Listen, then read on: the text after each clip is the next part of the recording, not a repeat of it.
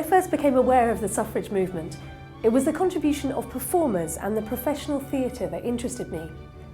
But the more I've learned, the more I've had to widen my definition of performance to include the huge variety of ways the movement made itself visible in public space. For example, in the press. Suffrage newspapers told the real story of the day-to-day campaign for the vote, a story that was often ignored or suppressed by those who wanted to redirect the public's attention onto negative stereotypes. In one sketch from 1914, we see a slice of Edwardian street life through a paper seller's eyes. One man tells her that it's blokes, not votes, she wants, whilst another says that she's the first wild woman he's ever seen. She also overhears an unexpected exchange. A prim person asks a nearby policeman, "Why ever can't you stop those dreadful women selling their awful paper?" To which he replies, "We so often buy it ourselves, madam." She's often known as a suffragist and a constitutional campaigner because she never got involved with militancy and didn't really approve of it. But what's interesting about this statue and the design that Gillian Waring has done is that the plinth will feature 52 other suffrage campaigners, both militant and constitutional, who all campaign for votes for women. There are those, aren't there, that say that she was a kind of drawing room activist and that maybe we should have someone who was a bit more thrusting as the first woman in Parliament Square. She was incredibly thrusting. She was just absolutely fantastic, and there's no way that she sat at home and just issued commands. She spoke regularly, she campaigned behind the scenes as well as in person. So no, I don't think she was a hidden or a passive figure at all. We're joined now by the storyteller Naomi Paxton. All the stories she tells, of course, are entirely true, and there she is, dressed for the occasion. So tell us some haunted tales about Westminster. Well, there are very few tales about the actual estate, but 10 Downing Street is particularly haunted. Not only have we the lady in white, but there's a spectral little girl in the basement, a man with a top hat who walks through the locked front door, and even some strange sounds in the back rooms.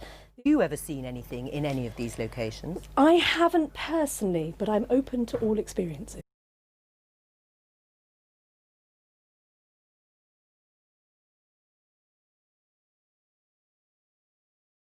So this is a really interesting document. So in December 1916, Prime Minister Asquith, who had been anti-suffrage, was replaced by Lloyd George, who was broadly more sympathetic to the idea of women's suffrage.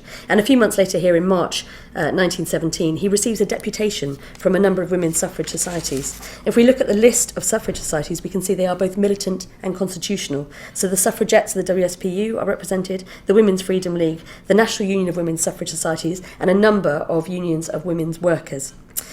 So there's a lot of agitation going on behind the scenes, but he receives this deputation and they are talking about the limited franchise. So of course they want votes for women, all women, but they are realising that they're going to have to accept a more limited option. And here on page 6, there is a record of Millicent Fawcett saying, "We should greatly prefer an imperfect scheme that can pass to the most perfect scheme in the world that could not pass." So they were having to limit their expectations, but in the hope that at least if some women got the vote, that would be the thin end of the wedge and therefore prove that this was not going to destroy the country or destroy democracy, and that other women would eventually get the vote.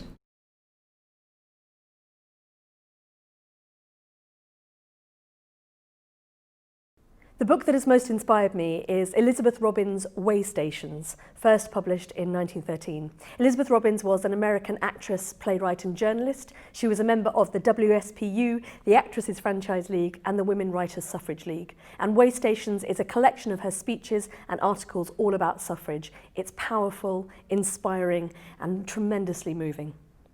Now, in the battle to win votes for women a century ago, the suffragettes may have taken centre stage. But there were many supporting players in the drama, not least professional actresses. A new book shows how hundreds of them joined forces to take the campaign to theatres across the country. For me, it's important to highlight the work of the actresses because they were neutral in regard to tactics, because they worked with everybody, and because it helps open out the idea of how the suffrage movement communicated with not only people who were already on side, but with people that they wanted to gather support from. The idea was to create a sort of alternative old girls network because they were finding it hard to penetrate really the higher echelons of the old boys network, with the intention that in the future generations of men and women would work together in theatre and have equal opportunities and access. Do take a walk around whatever city you're in next with the Votes for Women movement in mind. I'll bet you there were suffrage campaigners standing where you're standing, eager to tell their story, laughing, shouting, speaking, and making the campaign impossible to ignore.